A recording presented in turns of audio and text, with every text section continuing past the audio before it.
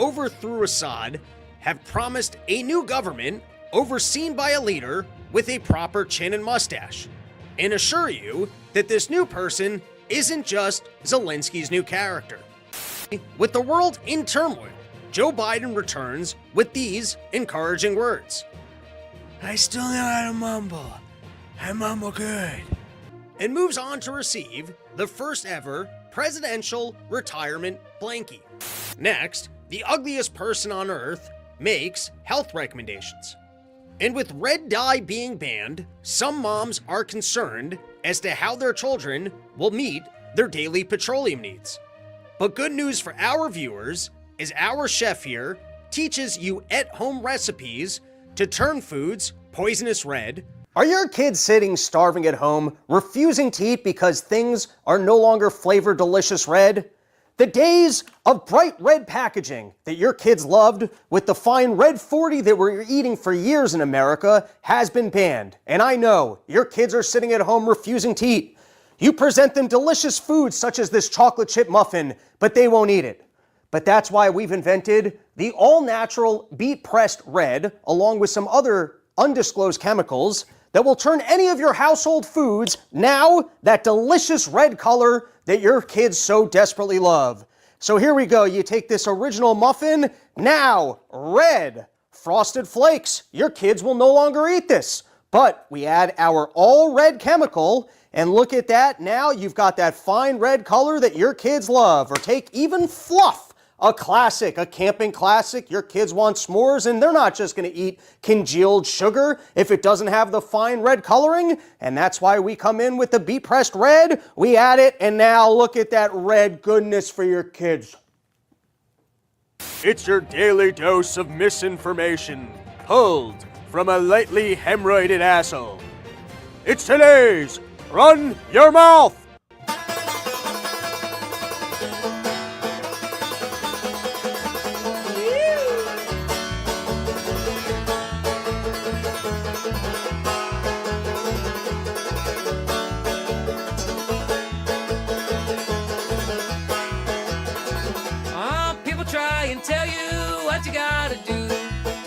Listen to them unless you think it's true. Follow your heart and your dreams. Follow your heart and your dreams. Woo!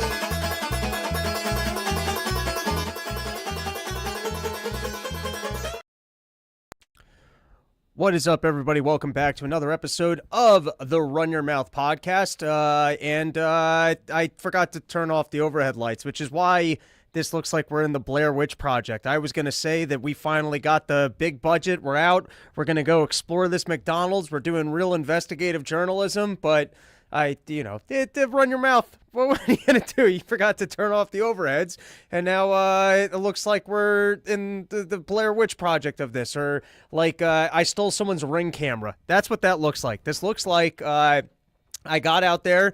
I convinced my mom that I was going to go film a news show, and she wouldn't give me the budget for cameras, so I took her Ring camera, and now we're here. But anyways, firstly, I did want to give respect to some good burns. Some good burns coming in the chat, starting with Rachel Sly saying, LOL, Robbie's entire pantry laid out on the table. Not bad. And then we've got Bro Hicka, no way am I eating regular uncolored muffins. Anyways, everybody, I got new shows coming up. I just told you about them if you were watching the intro. We've got Jersey next week on Thursday. Got a bunch of comics on that. Going to be doing stand-up. All the comics are doing stand-up, and then we're going to do some mashup on some news topics, take some things from the audience, mix it up. It's going to be a good time. And then that Saturday, I will be in San Antonio, Texas, with a bunch of really funny people living out in Austin. Links are in the episode description. All right, let's get into the episode because I got a bunch of things I'd like to cover. And then we've got Kyle Asnon coming on to give us the entire scoop on the Syria situation. So, we're actually going to get into it. It's not just going to be a whole bunch of horse shit of me meandering about nothing. But before we bring on Kyle, we will have a half hour of meandering about absolutely nothing. And firstly, I would like to scold this country, and I would like to take a firm stance on that we all need to start having better taste in men. I mean, I get it. This kid's got nice abs. He's got a downward angled shot that makes you want to come on him. I understand where people are coming from. But, I mean, really, are we going to all get all obsessed with this fruitcake who may or may not have a unibrow? Is this really the type of taste in men that we're going to put forward as being the lover boy? Why is it that when men go out and kill people, women get so excited? Women love serial killers. That's why, you know what? That's what's really going on. Every time, like, you're trying to meet up with someone, they're like, hey, you're not going to kill me. They secretly, for some reason, want you to want to kill them. It's because women want you to be that obsessed about them that they think you're going to end their life. Like, even if you don't know them and you're first meeting them, they want you to be that level obsessed with them that it's like the end of the relationship and you caught them cheating on you and now you want to kill them. That's the type of passion that women are looking for. And that's the reason that for some reason they're all completely obsessed with serial killers. And then you know what else it is? I think it's like this obsession of my vagina could have saved him. Look at that handsome man. Can you believe that he went out and committed these crimes before I gave him my vagina to see if that would be the thing that converted him to still remaining a normal person? But here you got it. You got this shooter. They apparently caught him. And I'll just throw out some of the things that make me go, something about this seems real fishy. Now listen, this is a big old planet Earth. There's a lot of people living on this planet Earth, and there's going to be a lot of things that happen that since I like this quote. Sometimes I like to quote it. That's what you do with quotes. Chaos is just the emergence of new patterns not yet readily understood. It's an argument against tradition, and it's an argument against people getting all panicked anytime new things start to happen. And so listen, we live in a big planet. There's a lot of people living on this earth, and you might get some weird incidences of kids with amazing abs that seem to like eating at McDonald's, pulling off great crimes, sneaking away from the crime scenes, then ending up in Pennsylvania just sitting at a McDonald's, which is that part of his ab-eating regimen, that he eats the McDonald's and then he gets such violent diarrhea that he continues to have the abs?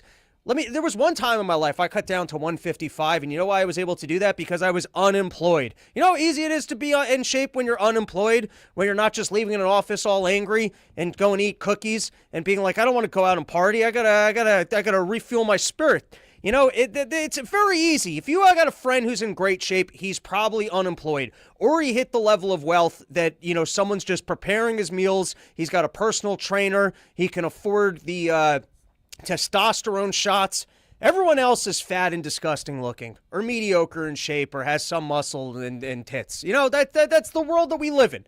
So okay, anyways, I'm meandering. So I'm asking about this kid. Oh yeah, when I was 155, man, I was eating clean. And then I remember the couple times that I didn't eat clean, I was like, I gotta cross-train on eating fun foods, because then you go out with friends and they're eating some Hot Poppers, and you think I have a bad stomach now. When I was eating clean at 155, if you threw something that the stomach wasn't used to into the mix, that was like throwing a match on some kerosene. You gotta eat not clean on a regular basis if you want to go out with your friends for hot wings and beers without violent stomach eruptions. So maybe that's what maybe this was his McDonald's day and his ab regimen, where he eats clean all the time. And at the moment, he's estranged from his parents, so he can't afford going for juice cleanses or colon cleanses. And so it was the McDonald's day where he was just going to eat some disgusting, greasy McDonald's food, defile the bathroom, and really get, you know, the lines in the abs. Maybe that's what was going on here. But that's just the first thing I'm calling bullshit on, is you're telling me that this pretty boy is eating at McDonald's? Or maybe that's just what it is to be 23, 24. I don't know what his age is. All right, next is, so this kid is super slick, doesn't want to get caught, wants to get out of New York City. Maybe he just wanted to make the storyline more interesting. Maybe he realized that with this election coming up, with Biden, you know, just Biden's not fun anymore. He just reappears and mumbles. You know, we're in this transitionary phase, and he realized, you know what, let me give a little bit of excitement. Let's give him a little bit of a chase. And then after 3 days of getting out there, being on the run, he decided, you know what, why don't I just go sit down in a McDonald's with all of the evidence on me? Let me just sit down with a Wile E. Coyote sign that says, hey, please catch me, I am right here. And then also the weird hippie commune story of just going to Hawaii and hanging out with some serial killers for a little while. So, listen, I'm just saying, all of this could be exactly what happened. It's a big planet. There's some weird people out there. You're going to have some pretty boys with nice abs that every once in a while go postal and want to kill people. But as to how this story is coming together, rather strange. So continuing with the new details emerging from this story. First is, accused CEO killer Luigi Mangione allegedly laid out his murder plot in a handwritten notebook, because that's what you do when you escape a crime scene and you don't want to get caught. You keep all the details in your notebook, complete with the to-do list of tasks needed to carry out the slaying, police sources told the Post. Look, we found him with his manuscript. Next, we've got from the New York Times, Eyes, Not Tech, led police to suspect in CEO killing. The key was not advanced facial recognition technology, and I'm calling bullshit on this one too. But you know what? I think that they've got our faces, they've got all of our information on computers, they know where we are at all times, and if they really want to find you, they'll find you. You want to go murder someone in the middle of Chicago, they don't really give a shit. They're not going to find you. They got to keep the illusions going of that they don't just know what we're doing all of the time. But my guess is, especially when you see a headline that specifically says, yeah, we didn't use any software on this one. No, it was just good old honest police work. Hey, you ever interact with the cops after a crime? Is their police work usually this good? It's like the January 6th thing when they started going through Facebook with all the facial recognition stuff. No, it was just good old honest police work. Us knocking on doors and beating up some suspects. It was us taking some perps into a room and beating them up and getting the information the old-fashioned way. If they did actually catch the right guy, I'm going to guess that all they didn't even need those pictures when he removed his mask.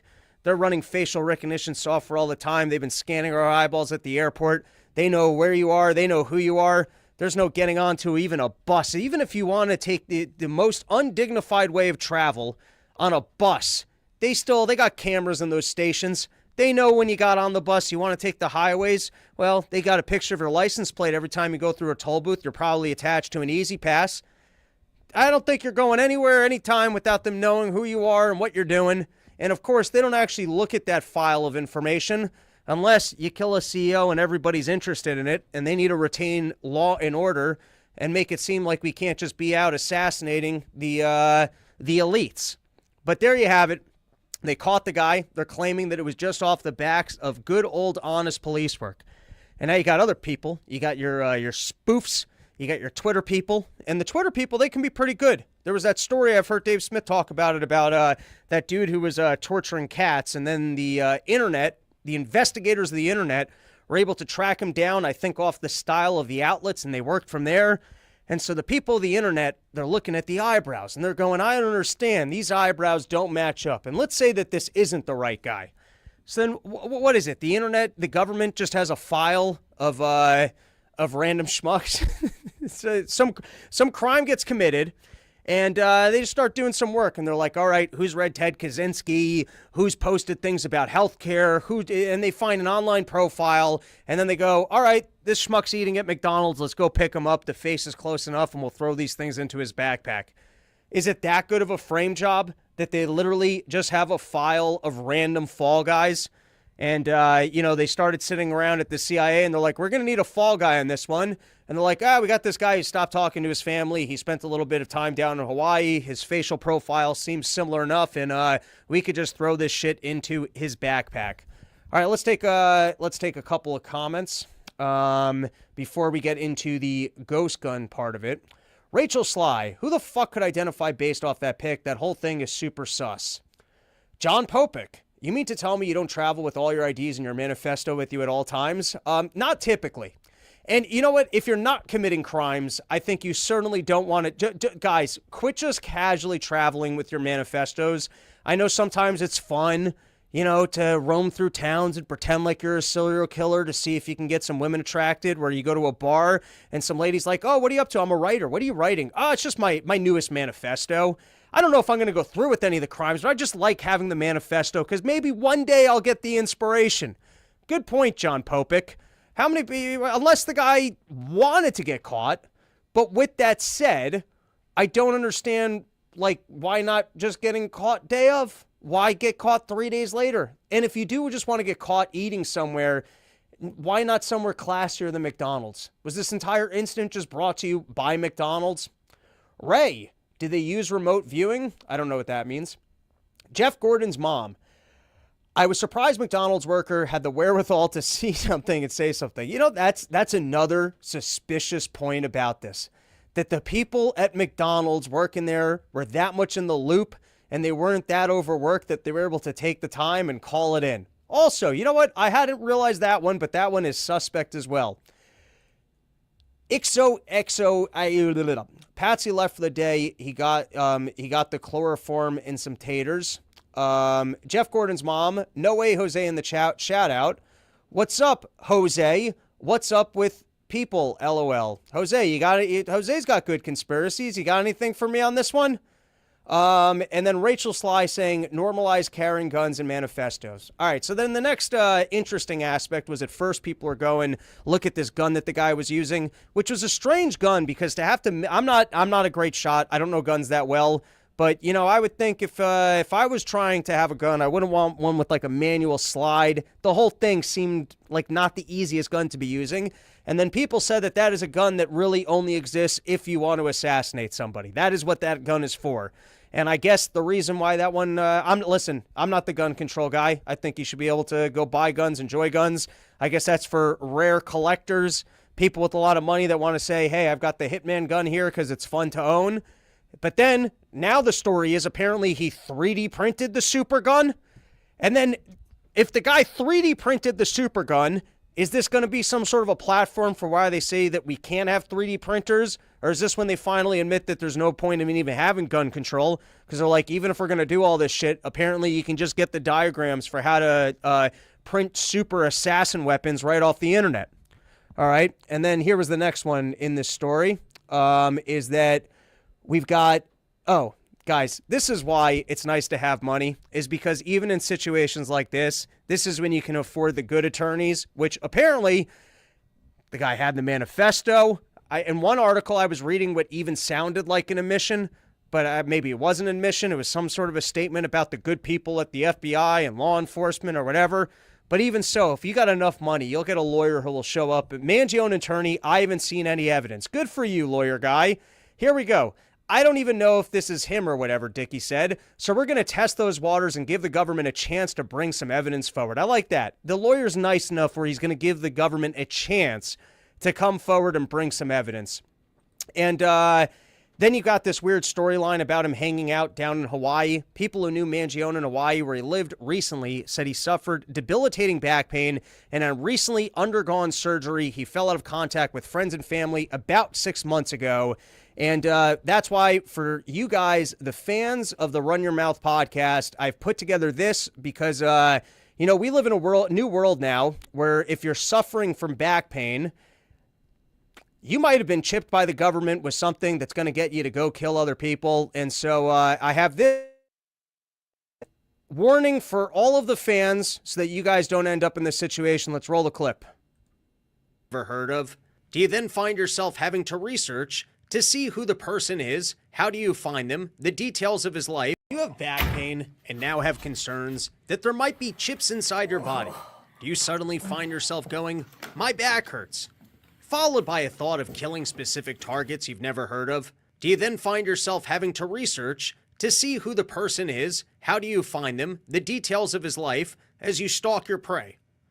Do you awake from your slumber after sleepwalking where you find yourself going, kill, kill, kill, and then getting visions in your sleep of designs for ghost guns? Well, then come to our Chips Palace, where we can help reprogram the government chips for happier thoughts. I like ponies now! There you go, everybody. If you needed something else to be concerned with in your life, it's that perhaps your back pain is actually a government chip that's going to feed you thoughts that you should be going and murdering other individuals. Someone had this point, and I appreciate this one. No chance you're that jacked with a debilitating back injury. That is a good point. All right, and then adding to the suspiciousness of all this, you want to talk about serial killer vibes. You want to talk about the kind of person that when they talk, you're just like, are you running a cult? Are you bringing people down to Hawaii, telling them that you got a good spot for co-working and then brainwashing them? So let's give this a watch. It's the person that I guess runs the place where this guy was living when he was down in Hawaii. If you haven't seen this already and your antennas for, hey, something fucking weird here is going on, weren't already up, let's give this one a watch. and you guys can let me know if we have sound, which we should. Looking forward to living in Hawaii and being healthy. He was excited about getting new people, experiencing new culture. And did he, all right, so I know this was back in around 2022, so you're coming out of COVID. I'm curious, RJ, did you know where he was working remotely or why he had suddenly decided to decamp to Honolulu? Was there sort of any break in his life or anything that you ever became aware of? No. It's very natural. Our members all have remote jobs, and Hawaii is one of those places that many people would love to live. So we provide kind of an all-inclusive living experience. You also just got to love a guy who sees a situation like this and goes, oh, this is a perfect opportunity for me to pitch my business. I mean, listen, if this guy is not some CIA kook who brings people down to Hawaii and then converts them into trained assassins to take out CEOs for probably political reasons or, you know, for stock option reasons. I can't tell you specifically why he did it. Well, then God bless the inner capitalist of this individual, of him going, you know what? This is my opportunity to get on the news and pitch my business model. Jose Gallison coming back in and saying, supposedly dude couldn't bang, but I call shenanigans. Dudes will find a way, and he definitely seemed healthy enough to figure it out. I mean, that's like the old, like, Hitler only has one testicle. What kind of evidence could we possibly have to say that this guy couldn't bust nuts? Is that going to be the next thing in this interview with this pretty boy from Hawaii? Was he seemed like a regular guy until one day we did our jerk off in the sun circle, and it turned out that he just kept going, and everyone else came 3-4 times. We held hands, we bathed in the sun, but this guy just couldn't bust any nuts. And that's when we realized he was a danger to have amongst our community. And so we sent him back to America, unable to bust nuts. And we all know what happens when a man can't bust nuts. So, you know what? If anything, if that is true, instead of getting rid of 3D gun printers, we just have to put down the men who can no longer bust nuts because they're the real danger to society. All right, let's continue listening to, the dudes with necklaces, fresh cut. Tell me this isn't Fed-faced right here. Let's continue. So it makes it easy for them to move to the islands. Okay, so I know you considered him, from your interactions with him, the time you spent together, as someone who would be a lifelong friend. I'm sorry, as much as I would like to roll this clip, we have further breaking news on this ongoing storyline that apparently the guy couldn't bust nuts. And supposedly, I saw people online saying he couldn't bone anymore because of his back, only compelling. And, I mean, come on. That's got to be the biggest horse shit I've ever heard. You're telling me that this guy's back hurts so his back hurts so much that he could still exercise, he could still have shredded abs, he could still move around, he could still handle a firearm, but he can't bust a nut because that's when he feels it in his back? I mean, dudes with back pain, the only thing that they're doing is laying at home and jerking off because that's all you can do. There's no way that this guy's back pain was so bad that he couldn't bust a nut. That does not make sense. You're telling me, so does it hurt if a lady's on top? You can't even get his dick sucked? That's how much his back hurts? I don't buy it. All right, let's continue with a little bit more of this interview. But if you guys have more breaking news about how this guy can't bust nuts, I will pause this video on a dime. What was he like when you knew him? And I know you've shared some pictures with us as well. I mean, in terms of how social he was and the sort of interactions that he would have had with the other people in your co-living community.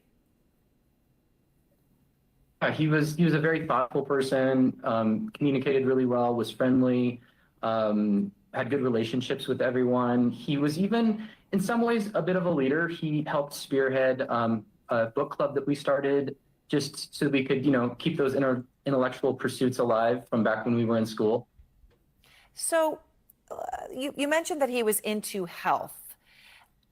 How did that manifest himself? And you mentioned you went hiking together, things like that. Can you tell us more about that? Why he cared about health? And I understand also that at one point you did become aware of some issues with his. All right, further breaking news on this individual's inability to bust nuts. We've got the Doodler coming in saying back issues can cause nerve damage resulting in a limp dick. I mean, that's got to suck. First, you start off with back pain, and then you find out that... But listen, I've done enough Adderall in my life to tell you that even with a limp dick, you can get a load out of a limp dick. Sometimes the loads you get out of a limp dick are the most meaningful loads. Jose Gallison, can you get my back on this one? Other men in the chat, can you get my back on this one? Sometimes, like, you've busted like 3 nuts in a day, but you decide this is champion day. We're training, and I'm going to go for a 4th nut. And your body, it really doesn't have that 4th nut. And you got to work for it, and you've got to get it out of what's not really a very stiff erection. You can still bust a load out of a limp dick. So I'm calling bullshit on that one also. More comments. Evil Fandango. I think that whatever podcast had a woman on who dated Luigi, and unlike this dude who came on to pitch his business, came on to go, well, his problem was that faggot had a limp dick. Way to kick at a man when he's down is to, you know what she was really reporting was, my boyfriend was gay. That's what that lady was really reporting. If the lady decided to take the opportunity, and by the way, excuse my language, I try not to use words like that. I was calling him that word because he engaged in violence, which is queefy. So this guy's girlfriend went onto a podcast to say, hey, that guy can't bust nuts. I think he just didn't like her. All right, let's take a couple more comments and move on to our next topic, because there were a few other things that I wanted to get into before I bring on Kyle. We've got Jay Maupin saying all the women in the chat, and Rachel saying maybe Robbie should host a show on how to nut with various injuries.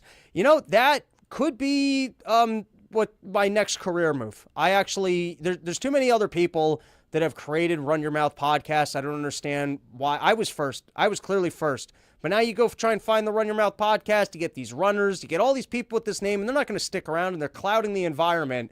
And, you know, there's a lot of people out there that are talking politics, but maybe my true expertise can be in teaching people how to get through their penile injuries and still extract cum from their bodies. My true passion. All right, next topic. Let's move on from this nonsense. It's enough of all the cum talk. We can do a classier show than that. I blame Jose. Usually we're not that cum oriented on the Run Your Mouth podcast, but he brought that gay towering gang energy here. All right, next topic. FBI investigates mysterious drones filling night sky in New Jersey that have unnerved residents. Guys, have we become this docile since COVID? That there are random drones in the sky and people aren't just walking outside Yosemite salmoning these things? And fine, maybe you want to tell me that we shouldn't just have bullets going up in the air because they could come back down and fall on people's heads. So we can't get a reality TV show going with some of these SEAL Team 6 people getting out there, calling them the drone hunters and putting them out there and shooting down some drones. How much of a distraction do we need that they can't even put up another Chinese spy balloon to float around and then pretend like for some reason there's international hazards of shooting the thing down? Let's let it float through the whole country and then let it magically fall down while it's in the ocean. You're telling me that people in New Jersey just have to look up in the skies and see things that are floating around? No one knows what it is. No one wants to claim responsibility. And we can't just shoot the things down. What's your guys' conspiracy theory on these random drones? They trying to get us used to seeing things in the sky so that they can start projecting the images of aliens and telling us that we got to go back indoors, and that as long as Kamala Harris is president and not Donald Trump, the aliens will leave? Hey, as long as you don't investigate the Biden crime family, these aliens said that they'll go back to space. What is going on with this drone story? Why do we gotta when do we become such fucking pussies? All this talk about having a strong military and we gotta be out there and we gotta be showing Russia a lesson, because if Russia doesn't learn a lesson, they're gonna go and they're gonna take over all of Europe. We've got to keep Putin in check. And we got to keep Putin in check, because if we don't keep Putin in check, China, they're gonna go out and they're gonna take Taiwan. And then all of a sudden, we get drones that are just floating around in the sky, and the government's gonna turn around and go, we don't know what those are, but nobody should touch them. I mean, this is American airspace. And if there's unknown objects that are just floating around in American airspace, we need all of you to look up there and just know that we can't protect you, and that those things need to continue to just be in the sky. What are they going to start? How soon do they start selling me on that these are Iranian drones? And that's why we need to go to war with Iran, because Iran has drones in our airspace, and they are the threat to America, unlike any other threat we've ever seen in America before. Who knows? Maybe that even happened in the news today. I was busy putting together those stupid clips for the show. All right, let's see what we got in the chat. What do you guys think are these drones? We've got Obsy going Project Bluebeam. I'm not familiar with that. We've got Janker saying net gun. Yeah, how is not one person just gone outside with a slingshot or something and then gone on the news and been like, hey, I got one of these drones. Robbie, don't you know to use your back muscles when you nut? I don't know. I'll take your class on how to nut. Maybe I'm not putting enough back into it, which is why I don't get enough of an arc going. I'll take your classes. Jose Gallison. Don't know what the angle is, but feels like an op. Majority of these drones are clearly planes or helicopters. It's probably just some idiot. And then Ixo, I saw big orbs appear and fly around giant towers 400 yards off the highway in 1997. And that's why you're in the chat of the Run Your Mouth podcast. All right, and then last topic, and then hopefully we've got Kyle hopping on so that we can get into all of the Syria situation. We can actually get ourselves some education about what is going on over there. But I guess the New York Times is running out of things for criticizing Donald Trump about, and so now their most recent thing is just all the shit that he's selling. But I like the idea of Donald Trump presidency round 2, where it just kind of turns into the Truman Show, where every single time he uses something, you get the pitch of, and you can buy that on my website. It's for sale. You can totally buy it. And then last topic, and then hopefully Kyle hops on. We're now getting into the story of how much money the government spends. Elon Musk is promising to clean it up. Vivek Ramaswamy promising to clean it up. And Rand Paul, he sometimes comes through with some incredible stories of what government is spending its money on. And this one is particularly hilarious. If you want to talk about what would make for a great Hollywood movie, it's people in the government who have positions that are not at the CIA and then never report to work and get great paychecks because they claim that they've actually been placed in this agency by the CIA. And so don't ask me what I'm up to. This job is just cover. Can you imagine pulling that off at your office? You're like, I know that my paycheck comes from here, but I'm actually undercover from the police department. So I'm going to go run my investigations, but you guys have to continue to pay me for this job that I'm not doing. And don't worry about getting reimbursed from that other department because it's top secret. And so you guys are going to have to pay me on this one. But this was, I believe it was a Zero Hedge article. Laura Ingraham, I know you have been constantly focused on this, and you have been with Vivek this week. Here, let's go full screen so I can better read it. Okay. Laura Ingraham, I know you have been constantly focused on this, and you have been with Vivek this week. What ideas have you given him because he's looking to you for ideas other than, of course, as we're saying, getting the federal workers? Senator Rand Paul, one of my favorite examples of federal workers not showing up is from a few years ago. We had an assistant to the head of the EPA, and he told us his boss that he also worked for the CIA. He said he would be gone for 6 months at a time. Finally, during a government shutdown, someone said, hey, Mr. Smith, we understand this guy works for you. We haven't seen him in 6 months. They replied, who? They had never heard of the guy. The man completely made up a story about working for the CIA, and for nearly a decade, millions of dollars were paid to him while he didn't show up. He'd be lounging around saying, I'm on a secret mission to the Middle East, can't talk. That kind of stuff runs rampant through the government, which, sometimes you got to be mad at people for the money that they're stealing from us. And other times you just got to be like, dude, can I just hold your balls and maybe absorb some of your energy?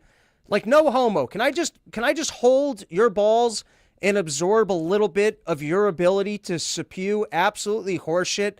Can you imagine just reporting to your boss, hey, I work at the CIA, no questions asked, send me my paycheck, I'm on a secret mission, and your boss to so not give a shit because I guess there's just an endless spigot of government cash to just go, all right.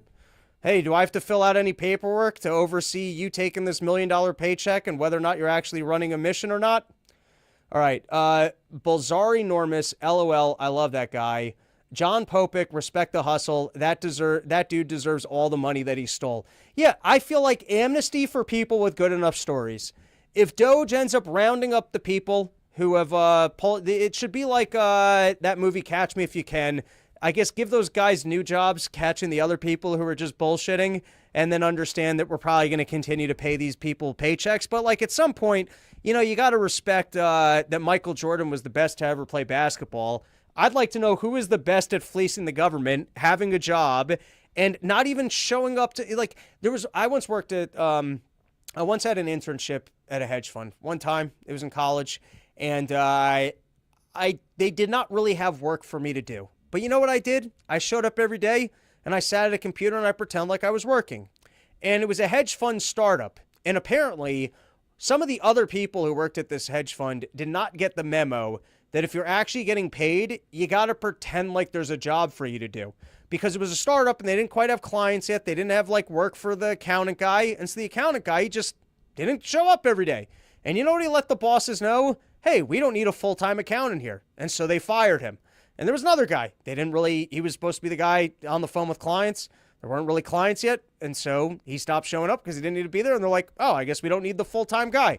So if there's one tip for all you kids out there, if you're working from at home, then, everyone knows that you're not really working. They don't expect you to do anything. But if we end up back in a culture where you've got to show up to an office, and everyone kind of always resents the guy, the first one in and the last one out. And that guy, he's usually not more productive. But everyone just likes it because part of the game of being in an office is that your boss feels good that he's paying someone who's just going to be there, who's going to man his post, and he's going to be on the clock. And so as a word for the wise, if you've got an office that you have to report into and there's not enough work for you to do while you're there, you just show up and pretend like there is. But then you got to respect these people who not only don't show up, don't even pretend like they're working from home. I want to hear what were some of the ballsiest stories. I'm actually on the UFO hunting team, and that's why they assigned me to this local job at the law clerk's office, because that's the best cover for the people investigating the aliens. All right, and then a quick plug from our sponsor, sheathunderwear.com. If you're out there and you're concerned about these drones in the skies, you think in the middle of the night you might have to take off and start running, because obviously if there were aliens coming, they'd want New Jersey first. We all know that. So if you're a resident of the state of New Jersey and you're concerned that the aliens are invading and that in the middle of your sleep you might have to take off, you're not going to want to be in loose Fruit of the Looms underwears. You're not going to want to be in those old, raggedy, sleeping pants that can get tripped up on the ankles. You're going to be wanting sheathunderwear.com, the most comfortable underwear that's ever graced the balls of man. If you use promo code RYM, you're going to get yourself 20% off the greatest underwear that's ever graced the balls of man. And now it's enough of my stupid horseshit. We have some actual information coming at you. Mr. Kyle, thank you so much for joining the Run Your Mouth podcast. Robbie, thanks for having me. All right, so the Syria situation is well beyond my knowledge. I look at it and I'm like, the CIA did something here, but I don't actually know what happened. And so I figured maybe we could get into some of the details, get a little bit of the education. So just to start off, can you tell us a little about this new guy who's leading the operation, what exactly his role in Al-Qaeda was, or his little affiliate group, and how directly his relationship with the U.S. actually is? Give me the scoop here. Let's start with who the guy even is. Yeah, so I think you're talking about al-Jolani, who apparently is changing his name again, and I'm sure this is to obscure his history. But he is, so in, after 9/11, the attacks happened, and this guy, is actually motivated by the attacks and the death of 3,000 American citizens to go and fight on behalf of Al-Qaeda, right? Like that is actually his cause for going and joining up with Al-Qaeda in Iraq, where he ends up fighting against U.S. troops for, nearly a decade during the U.S. occupation. But when 2010 comes around, by then he's made a deal with the leader of Al-Qaeda in Iraq and also with Baghdadi, who goes on to become the leader of ISIS, to start an Al-Qaeda affiliate group in Syria called the Al-Nusra Front. And so that's from, I think, the late 20s until 2016, he heads a group called the Al-Nusra Front that operates in Syria, and its goal is to overthrow Damascus. Now, at the time, there's a split between ISIS and Al-Qaeda in Syria over like ideological differences between Jolani and Baghdadi, but those have to do like when to declare an Islamic caliphate. And so Jolani believed in playing the long game and taking Damascus, where Baghdadi believed that he was going to declare himself the caliph and, create an Islamic caliphate that spanned the Iraq and the Assyrian border. And so because of those tactical differences, not necessarily, philosophical differences, they're both jihadists. They both believe in conducting attacks outside of Syria against Western targets. We saw a lot of those from the Islamic State. And during this time, the State Department acknowledged that the area of Syria that Jolani controlled, which was the Idlib province of Syria, was the largest al-Qaeda safe haven on the planet. And so when 2016 rolls around, he decides, and he does this in coordination with the Islamic State leadership, that he would go ahead and rebrand his group from the al-Nusra Front and officially break ties with al-Qaeda. Again, he does this in coordination with the al-Qaeda, the international al-Qaeda leadership based in Pakistan, but still he breaks those ties. Now, why does he do that? Because from rebrand? For a rebrand, but also I guess I just want to point out the importance here, Robbie, where from 2010 until 2016, Obama's in office and the CIA is running their program Timber Sycamore, where they're funneling jihadists first from Libya and their weapons into Syria, and then also just, helping the Turks and the Saudis funnel weapons to the jihadist opposition to Bashar al-Assad in Syria. Well, as time goes on, this covert operation becomes increasingly known to the American people, and the people really start to turn against it. And so Jolani's move was important, and the timing is important here because that's what kind of allowed him to, and the Syrian opposition, to continue to get assistance from the U.S. and our allies. And so that's the first rebrand. In 2017, the Islamic State has largely been defeated, and so a lot of their fighters really have nowhere to turn. And so he rebrands his organization again, and this time he calls it Hayat Tahrir al-Sham, or simply HTS. And the real rebrand here is about bringing the former ISIS fighters back into his fold and back into his coalition. And so, yeah, that is his history, kind of ties with the Islamic State. From then until now, he's basically, I saw this, Karen Kukowski said this on Judge Napolitano's show in This Week. He's essentially been Al-Qaeda in a suit. So, he doesn't necessarily look like Osama bin Laden sitting in a cave somewhere. He looks like he's gone to a barber. Not that he's got a clean shaven chin, but, you can see he's got he's a little bit cleaned up, and he's wearing a suit rather than military garb. And so, but he's still Al-Qaeda. He's still philosophically Al-Qaeda. He's just understood that changing the image makes him, more, I guess, that he could still get the support from Turkey, from Saudi Arabia, from the U.S. All right, so just to simplify this a little bit, what's the guy's name again? Jolani. So Jolani. Let's go with Jolani. I'm probably not saying that right, but let's just go with that. Let's call him Joel. So you got this guy Joel, and he sees what happens on 9/11. He goes, I want to go fight the Americans. So he joins Al-Qaeda in Iraq. That later becomes ISIS, and he goes, you know what? I'm going to go over to Syria, claim my own territory. He rebrands, doesn't want to call himself ISIS anymore, and then the U.S. goes, oh, you're not ISIS anymore. Why don't we work with you? And so he becomes, so is he one of the original moderate rebel groups? When we were saying that there were moderate rebels, was he one of the basically Al-Qaeda guys that we were working with in Syria to overthrow Assad? Yeah, so his fighters would join groups with various different names, and the most popular one was the Free Syrian Army. But even you know what that sounds like? It sounds like an accounting scam where they're all the same exact thing and just coming up with new with different names, so that you and Scott Horton have to be on shows and keep saying different things, and it kind of just throws us off the scent of, let's just say they're bad guys and we're giving them money because it serves our interests in this specific instance. No, and I think also, Robbie, it adds like almost a layer of conspiracy theory, right? Where you look like, there's that meme they got of Scott Horton where he's got the board and all the strings attached to it behind it. And you really almost have to do that because these groups, keep changing their names and their affiliations. And, particularly during the early years of the Syrian civil war, you have fighters flowing in from all over the Muslim world. You had the jihadists from Libya that the U.S. is really funneling there. And those, by the way, are the veterans. Those are the people who fought against the Americans in Iraq then went to Libya, overthrew Gaddafi, and then the U.S. helped them. This is Hillary Clinton's plan. You know, we know explicitly that they did this, that they helped these jihadists get from Libya with their weapons, with the looted weapons from Muammar Gaddafi into Syria.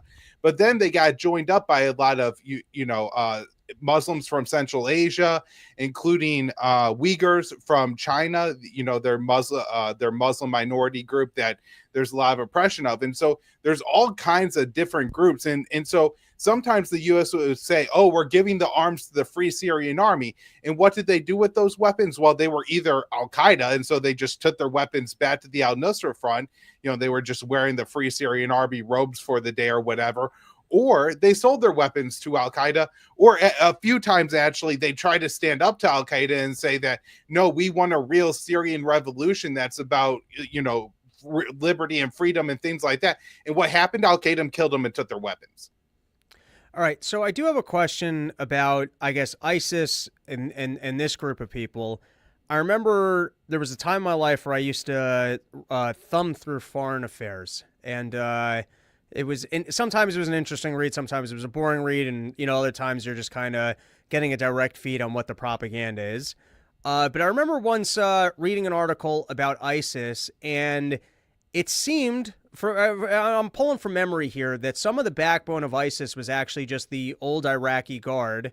After kind of the fall of the country, some of the Iraqi generals rebranded under ISIS and then started taking over territory. And while I'm sure the extremism existed, I'm not saying that it didn't exist and probably pulls more people into the mold. It seemed like the backbone was actually some of the old Iraqi Guard and kind of then grabbing up that military gear, and that the real money that ISIS was making was actually in taking over territories and then taxes. So not to say that they didn't also have an agenda of caliphate and the Sharia law or whatever. But so I guess, firstly, I'm curious to know how accurate that storyline is. And then for this guy, it's kind of like, I've heard that give me a second here. The Crusades was actually about the spice trade. And I always thought that it was an interesting thing in the Book of Eli when all of a sudden, I don't know if you ever saw that movie, but when all of a sudden a Bible pops up and the villain in that universe goes, I need that Bible because the words of the Bible is what's going to bring more people into my fold. Like, it's a good way of controlling people. So I'm curious, even in the world of terrorism, like this guy, is he looking for, hey, Assad's making billions of dollars a year because he's the oligarch that controls the entire industry?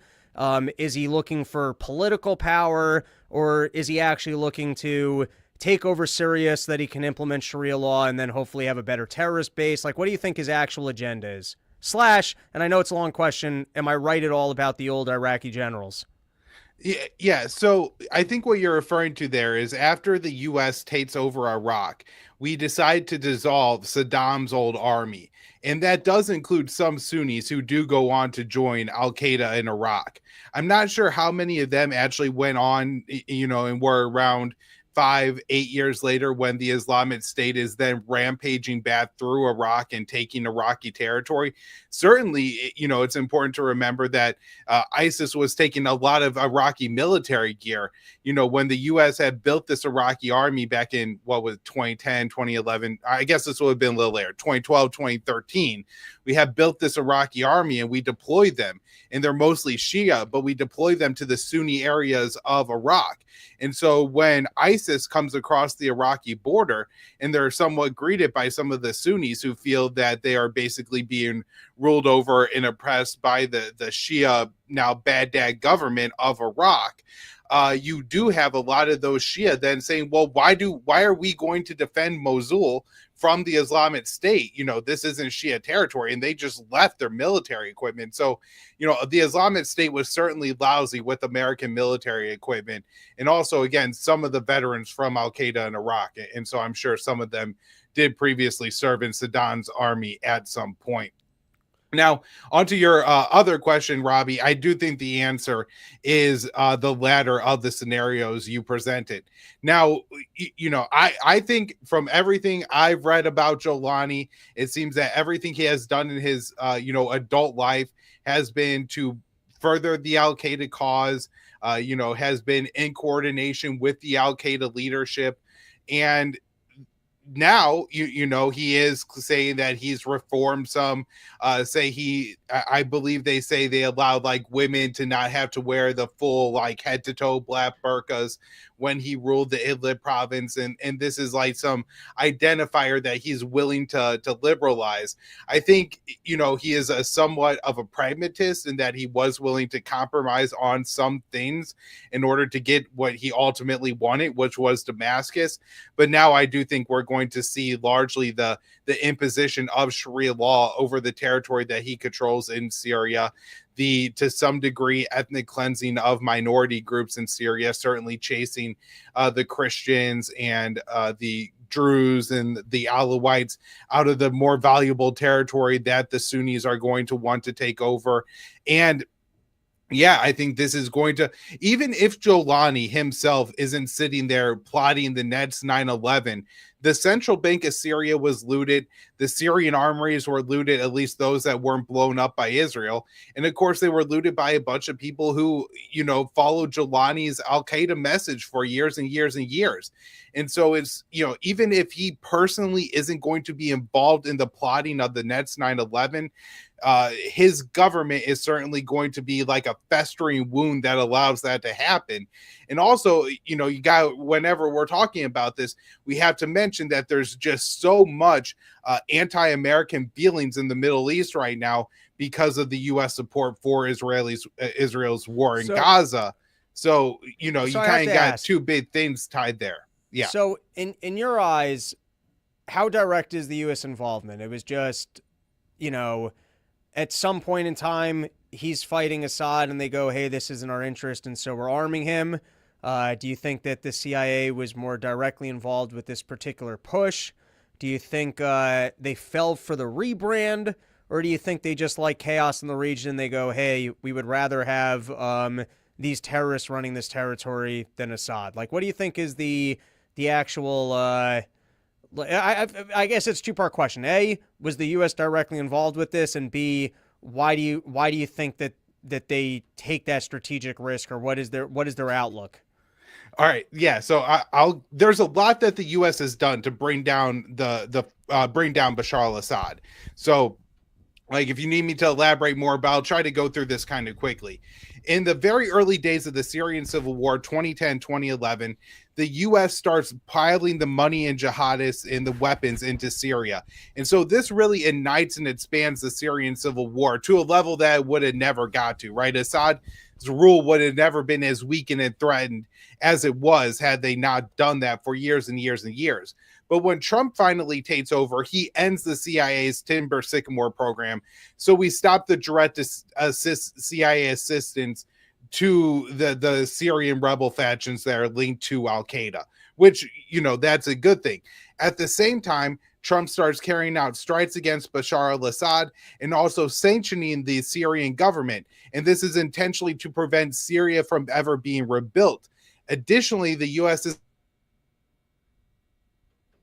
allowing Israel to bomb Syria once, twice a week during this time, and there's nothing that the Syrian government could do about it. And so their army is just taking beating after beating and is getting weakened during this time. Additionally, the U.S. bats the Syrian Kurds, and they take about a third or a quarter of Syria, basically all the territory east of the Euphrates River. And that's where a lot of the Syrian energy resources and agricultural land is. And so all these things that we've done over the years have really undermined the Syrian government. Now, to get to the final push that happened over the past couple of weeks, we have to look at Turkey, our NATO ally, who for years has had their troops in outposts to prevent Assad and Russia and Iran from just going through and taking out Jolani and his Al-Qaeda thugs in the Idlib province. And then additionally, the Turks have been equipping them. And so even if that isn't direct American support, anything that's happening from our NATO ally is at least passive American support. But I think the more damning evidence is we now know, and this was in the Washington Post yesterday, David Ignatius said that Ukraine had sent 150 drones and 20 men to HTS, to Jolani, to help them in this offensive. And so that certainly has to be direct American support. There's nothing that the Ukrainians are doing. They're not moving their weapons and their military personnel without direct permission from the White House. Okay, and then how did this seemingly happen so quickly? You know, to my eye, I forgot that there was a civil war in Syria. The last I remembered of it was we were trying to oust Assad. Putin basically got his back, and I guess Assad was holding on, and it was business as usual. I mostly even forgot that there was a civil war out there, and I thought if there was, Assad kind of, with his ruthless dictatorship, was handling it. And then this seemed to happen over the weekend. You know what I mean? It was almost like the way the housing market collapsed. I mean, that's like the old saying of slow and then suddenly all at once or whatever. But what actually changed that Assad seemingly had this under control and then within the course of a weekend had to flee the country? Yeah, so we don't know everything yet. Over the next, weeks and months and probably even years, we're going to learn more and more details. Particularly, I think what the U.S. role in all this was and what the CIA's role in all this was. But I think there's a couple pretty obvious factors that we could talk about. One, two of Assad's main backers, Russia and Hezbollah, has significantly reduced their support to Syria due to their own geopolitical issues. So Russia had been far more concerned about the war in Ukraine. They've moved personnel, military equipment, and things like that out of Syria to be able to fight the war in Ukraine. And then Hezbollah was providing, I think, most of the main, or at least the main effective fighting force for the Syrian army for all these years, Robbie. And so they've taken a beating from the Israelis in southern Lebanon over the past year, but particularly over the past 2 months. And I don't think it could be discounted that, if Hezbollah had to withdraw a significant number of troops, had these trained, very well-disciplined soldiers been in Syria, then the Al-Qaeda, Jolani's forces, probably wouldn't have overrun the Syrian army as quickly as they did. Another factor is, Syria has been at war for a very long time, so I'm sure there's a lot of military fatigue among the soldiers in Syria, but particularly, Assad is an Alawite, that's a minority set in Syria, and the plurality of the population are Sunnis, and the Sunnis are, conscripted into the military. And so, my guess is that a bunch of young conscripts who get regularly bombed by Israel, their government could do nothing to defend them. Probably the army was very demoralized. And so when there was a threat facing them, their options were either to stand and fight and probably die, or throw off their uniforms and hope to blend in with the civilian population. And it seems they chose the latter. Another real advantage does seem to be the drone advantage that HTS had over the Syrian army in the latter days. And so I guess, they were able to take out Syrian Arab army positions when they were just, kind of starting to queue up and starting to put together their front lines and things like that. And again, extremely demoralizing if you can't even set up defensive lines without them being taken out. You don't even get to see the enemy. You're just being taken out by flying drones from the sky that, again, your government has no ability to shoot down. I think that played a factor. I also think we're going to come to see in time, and I don't know about this one yet, but this is my speculation, that a lot of money was handed out from HTS to local officials to military commanders, and basically said, some of them off. Yeah, here's $10,000, go somewhere else.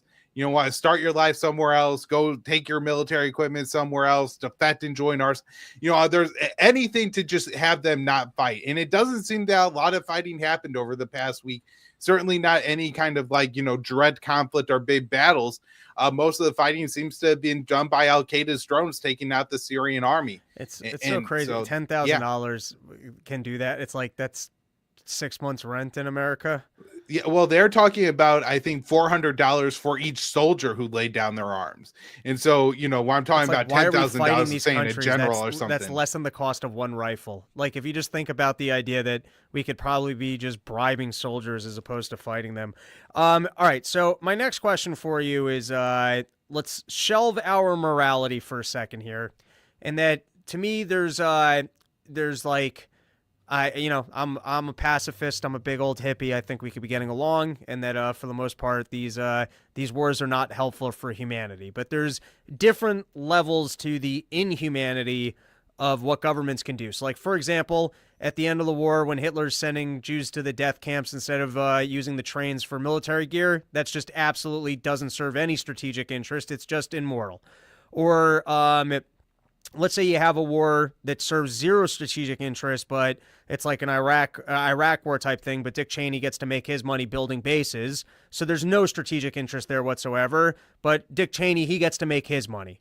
But then you could have like a World War II, where even though I don't think this necessarily served us well in the long run, the U.S. walks away as the world reserve currency. So even though you might not agree with it, you could at least go, well, there was a strategic benefit. It was not moral. Maybe we didn't need to fight it, but there was a strategic benefit that we walked away as the world reserve currency. So this whole time I'm looking at the Ukraine war and I'm going, this thing makes zero sense whatsoever. Doesn't seem like we're getting anything out of it. We're spending a lot of money. A lot of people are dying. No benefits. From an amoral perspective, if we actually bog down Russia enough that we're able to overturn Syria, is there any strategic win here? Like, is there anything that, like, is there now that port, was that actually important? Now we have access to it.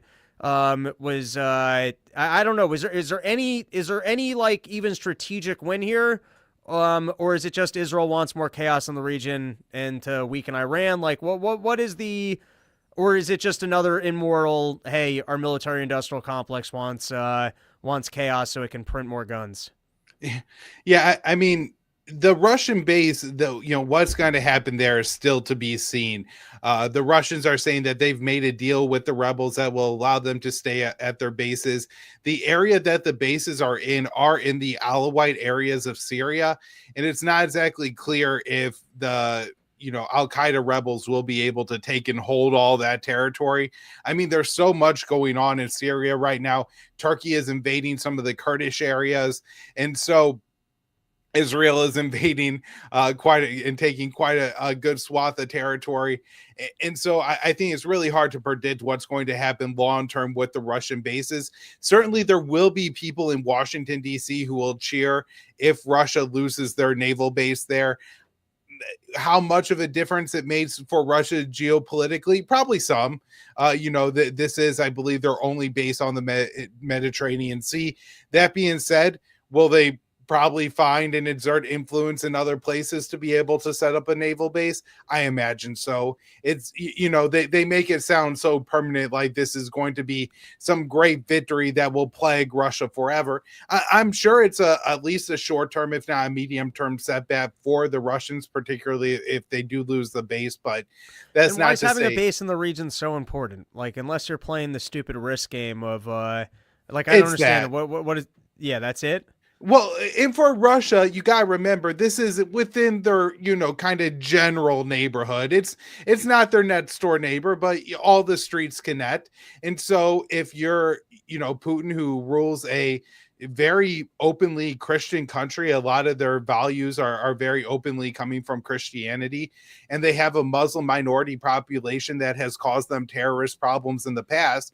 Certainly having al-Jolani ruling Syria is something that would make you very anxious, and you want that, like, lingering Al-Qaeda threat to exist somewhere so close to your borders. And so I do think there's probably that more immediate concern from Russia. But other than that, Robbie, I think it is kind of just playing risk and having pieces and being able to, have their ships in the Mediterranean Sea. I think if you're looking at this amorally, again, in the halls of Washington, what they're talking about and what they're celebrating right now is what they're going to call the breaking of the Shia Crescent. And so for a long time, right, Saddam Hussein and the Iranians were at odds with each other.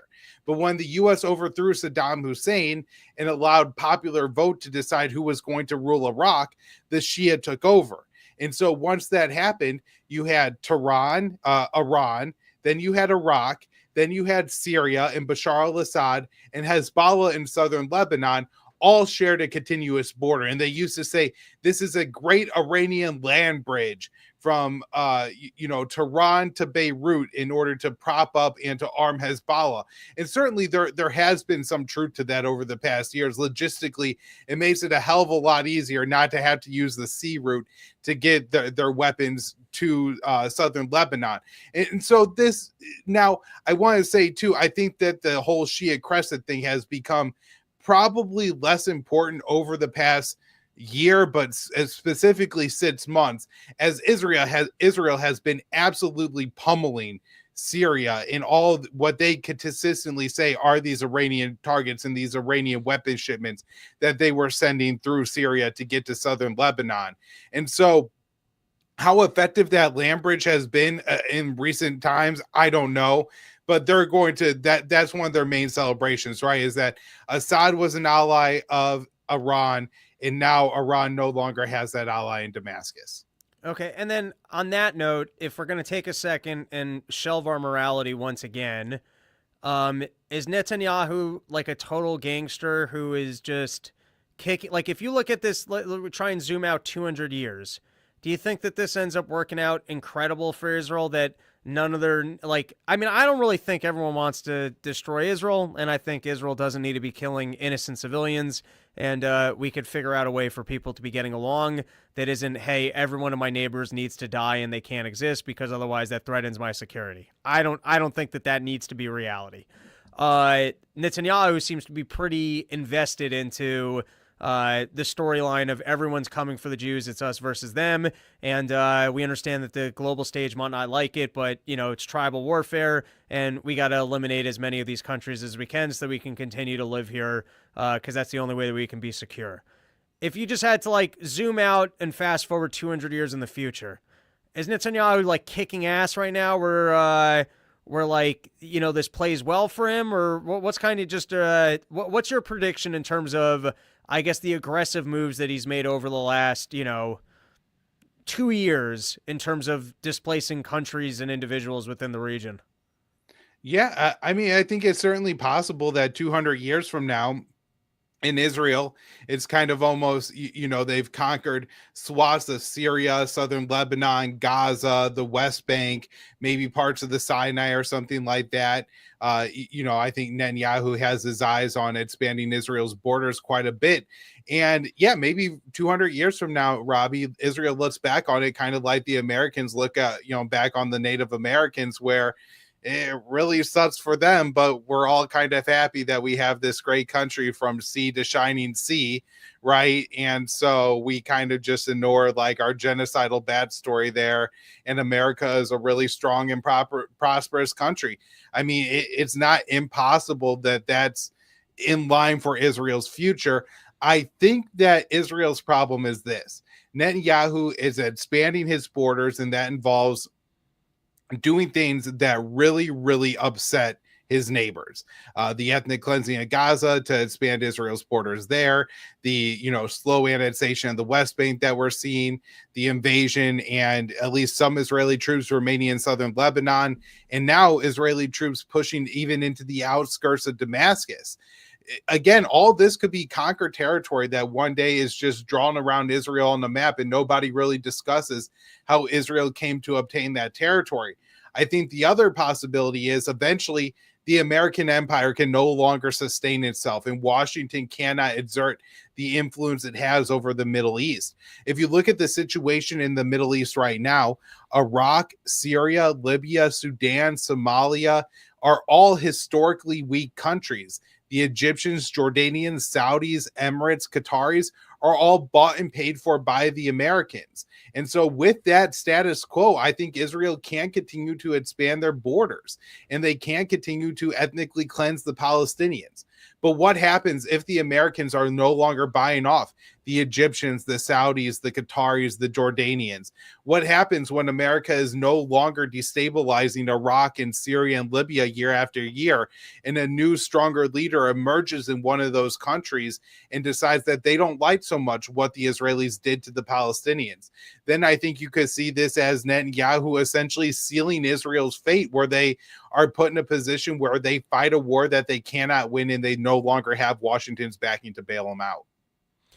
All right. And now last question on this, and then I'm going to run through some random headlines over the last couple days so you can give us some insight on it. Do you think, is this going to be any better for the people of Syria? I know that Assad was a brutal dictator, but we've also seen when other brutal dictators have fallen in the region that that people do not end up in a better position or situation. What is your expectation just for like the day-to-day life of the people of Syria? Is this the end of a civil war? And it's going to be worse for some groups, but for like the population as a whole, this could potentially be better. What's your prediction or expectation there? Yeah, I think Syria is going to probably be in a really bad situation in the years to come. Since the fall of Assad, Israel has bombed Syria, I think 500 plus times. The U.S. has dropped dozens of bombs. Turkey's dropped dozens of bombs. And so there's no sign that this war is going to end. But Assad, for all of his faults, being a brutal dictator and his oppression of anyone who stood up to him politically, did to some degree have some liberal policies and allowed the existence of minority communities in Syria, and something that I don't think is going to be allowed under the incoming government. And so I think, generally speaking, that the situation for Syrians is going to get worse. The one thing I will say, Robbie, is that the U.S. has maintained these sanctions on Syria that were designed and were effective in preventing the Syrian country from being rebuilt. I mean, you had children freezing to death in the middle of the Syrian winters. You had, after the major earthquake that hit southern Turkey and northern Israel, or northern Syria, the U.S. not lift sanctions, so aid couldn't get to the people, the thousands that were trapped under the rubble. And Israel actually bombed the closest airport to prevent even friendly countries from bringing aid in. And so if that kind of cruelty stops, then some people in Syria might actually end up with a little bit better living standard. If the U.S. lifts the sanctions and they could import, equipment to repair their energy infrastructure, their sewage infrastructure, they need construction equipment, steel, all these building supplies and materials that can't get into Syria right now. If because the U.S. prefers Al-Qaeda to Iran in Damascus, that we finally lift the sanctions on Syria, well, even though a lot of bad things have happened, economically, the situation might get better for some people. So I could see like kind of that happening a little bit too. All right. And now I do want to run through some random headlines, which I think will bring some more insights into the storyline. But before I do, anything you'd like to plug or anything else on the topic you think is important for people to be aware of? Yeah, I have a brand new show, Robbie, the Kyle Lanslone Show. It's like a high production show. I actually have a producer helping me put it together, like Nice. somebody behind the scenes helping go. me run the show. It's absolutely awesome. I just put out an episode on Syria yesterday. And so if people could go to the YouTube channel, watch the episode, subscribe, I really appreciate it. Excellent. All right. So here, first a storyline that I thought caught my eye. This was from Mish Talk. He's a blog. I read him nearly every day. He's great, but I just want to read this to you. After the lighting offensive that saw, I'm just calling him Joe. Joe's forces seize Aleppo. He issued edicts to his Sunni group ordering the protection of Christians and Shiites and demanding that his men not exact retribution. In the future Syria, we believe that diversity is our strength, not a weakness, he said. And the second I saw the word diversity is our strength, I was like, that sounds like some CIA marketing right there. I don't know if you have a different takeaway or if you think he's not going to be making good on his word of not exacting retribution. Yeah, I don't think he's going to be making good on his word. I think he's trying to get the $10 million American bounty on his head lifted. And so he's going to say the things that sound good to the people in Washington. Like emphasize, especially while Biden's in office, they're going to be emphasizing diversity. Hell, he may even like suggest that he wouldn't kill all the gay people or something like that, just to get Washington's support. But if you look at the videos of what's happening in Syria, where horrific scenes of summary executions going on. So the terrorists have his learned, men are not living up to his word, even if he's saying it. The terrorists have somewhat learned, hey, if we're already going to be immoral terrorists, why don't we do what everyone else does and lie? Why is it that our morality is that we have to, like, he's like, look at everyone else. They're all evil, but they pretend like they're doing good. like, why do we have to just be, we're the ones you know what I mean? So he's realizing, hey, let's just walk around and use some of these gay words like we're all about diversity, and then people might send us some money and want to work with us. Yeah. And to emphasize here too, that this is Al Qaeda. And so they're lying to their enemy. It's not like they're lying to their friends. Like, they are betraying us because they hate us. Right. That's why they're lying. It's not like they're lying to fellow Muslims or anything like that. They're lying to their devout enemies.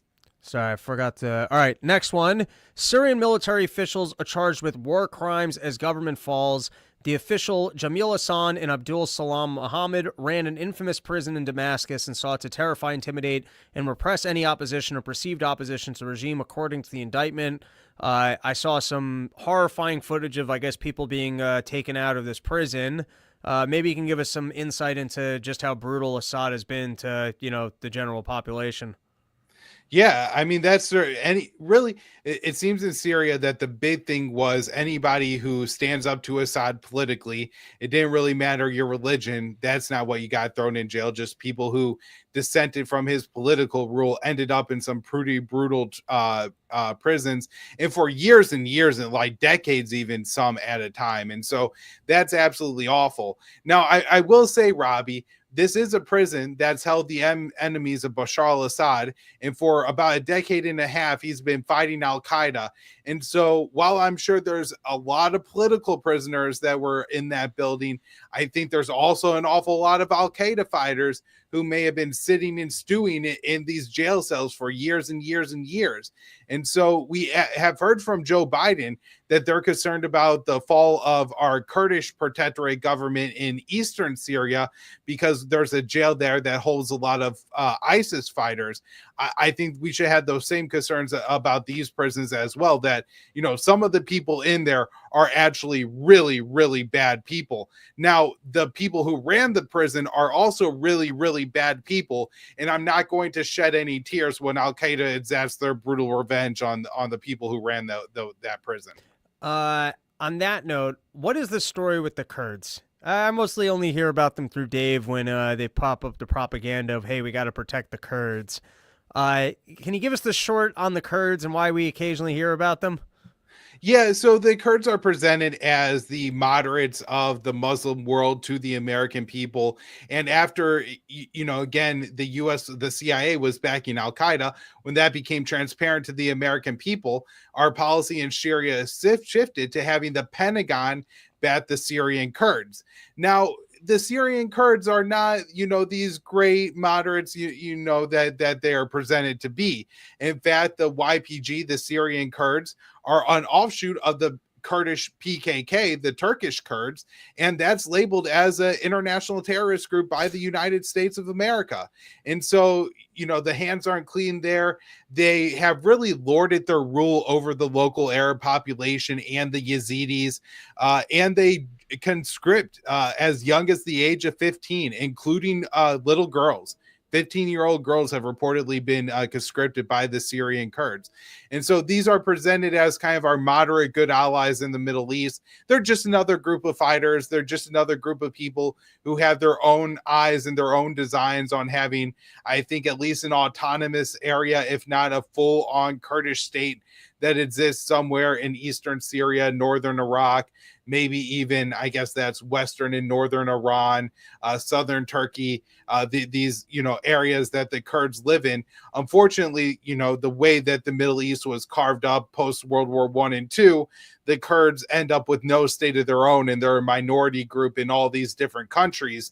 And so, they tend to have a little bit of autonomy, and they get backed by the U.S. Now, typically, that backing from the U.S. only exists as long as it's politically convenient. And so when the Kurds were doing really well against the Islamic State in 2015, 2016, 2017, the U.S. actually started to pull back on the support a little bit because it was really upsetting Turkey, who's our NATO ally. And in the pecking world order, you have Israel and Ukraine up on top, but then you have the rest of the NATO countries in the middle, and that comes before any of these little proxy groups in the Middle East. And so when it comes to if we're going to upset Turkey or if we're going to upset the Kurds are the ones that are going to get screwed. All right, next one is this was from Zero Hedge. IDF tanks reach just 25 kilometers from Damascus as Netanyahu declares Golan is ours forever. So it does appear as if Netanyahu is engaging in some land grabs and then also weakening Syria because I guess there's no one defending some of where the supply bases are for, which I guess if this is actually an Al-Qaeda group, maybe that's actually in our strategic interest to leave them with as little of a military as possible. But I'll let you take over to kind of loop us in on what Netanyahu is doing.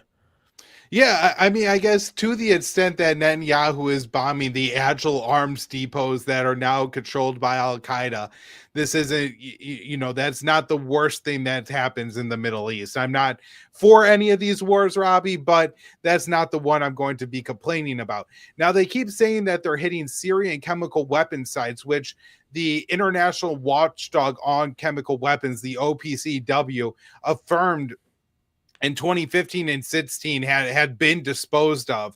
And so I'm not exactly sure what sites are actually being hit here. That sounds dangerous to me. If you missile strike a depot that's holding chemical weapons, are you for sure demolishing all the chemical weapons? Or I guess maybe they might really know the math on how much firepower is needed so that you're not just releasing chemical weapons, but it seems to me like that would be a possibility of if you're striking chemical weapons plants. I certainly wouldn't want to live in the neighborhood where that was happening. I mean, I think it's probably a danger to the local population, something I don't think Netanyahu is probably all too concerned about at this point. And so, I guess I really wonder what Israel's hitting to the extent that they're hitting Al-Qaeda arms depots.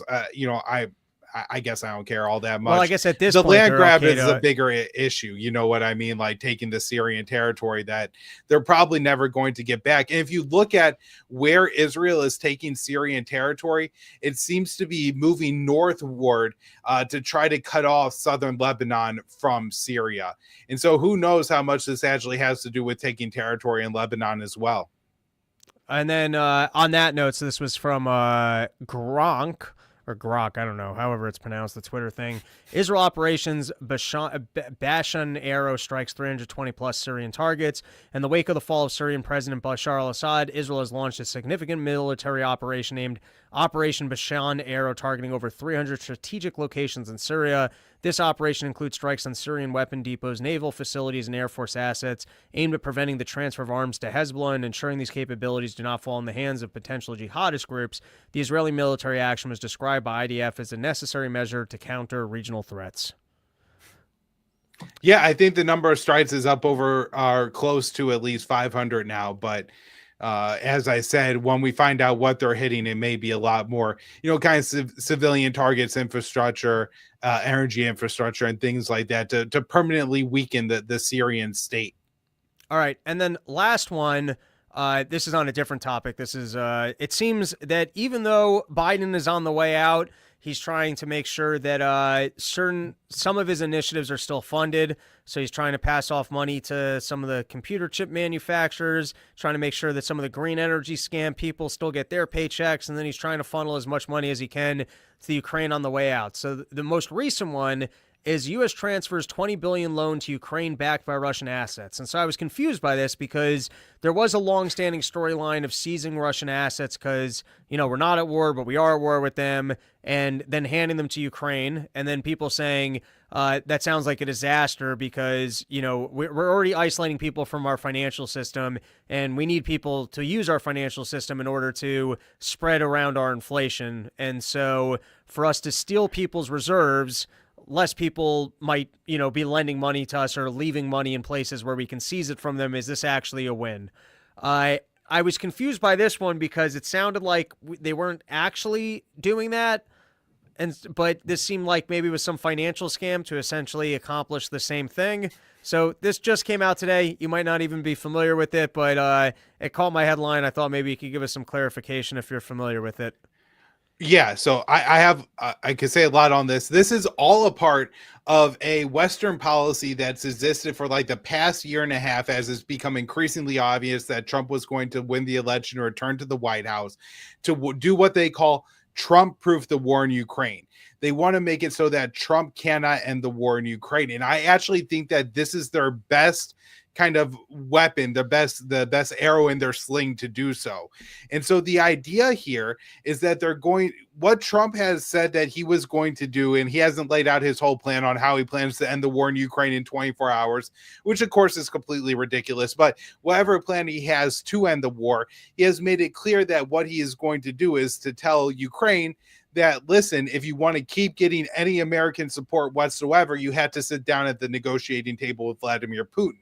And so the U.S. is pushing $7 billion worth of weapons to Ukraine right now, and then giving this additional $20 billion, which actually is not $20 billion, it's $50 billion, because our European allies are kicking in another $30 billion. So it's $50 billion total.